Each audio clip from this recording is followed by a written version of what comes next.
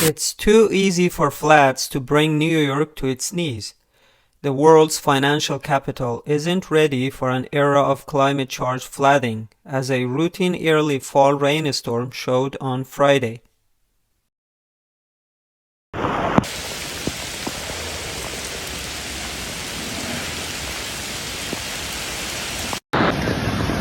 When we think of the catastrophes produced by climate change, most of us typically think of supercharged hurricanes, massive wildfires, and punishing heat waves.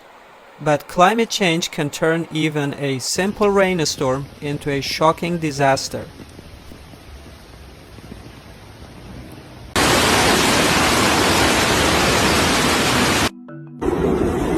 Much of the New York metropolitan area was treading water on Friday, after hours of torrential rain that capped an already wet week. Roughly half the subway lines in one of the world's busiest metro systems were suspended or delayed. The streets and highways around the city were flooded. The city's airports, key national hubs, faced massive delays. People had to be rescued from flooded basement apartments.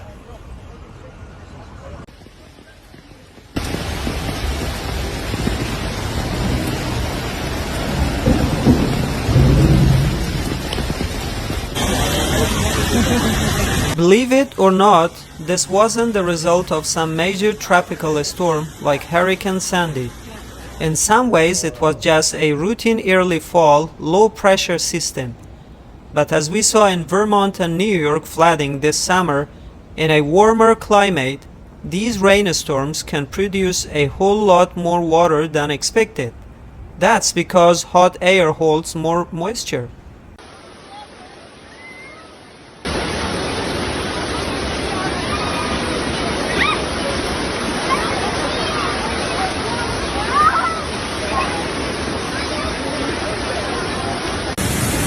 Both the air and water are as hot as they have been in human history. July was the planet's hottest month on record. August was the hottest August ever. And this September was on track to be the hottest September ever. The weather system hammering New York on Friday was slowly trawling the Atlantic, sucking up ocean water, also the hottest on record, and dumping it in buckets on the land.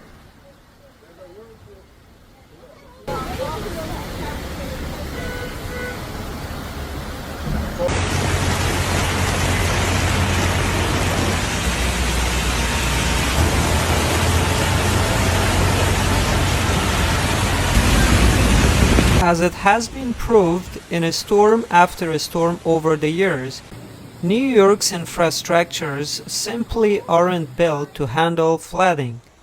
Commuters have far too many memories of subway stations turning into filthy water parks in a flash. Some New York City Council members criticized the city's slow reaction to the storm.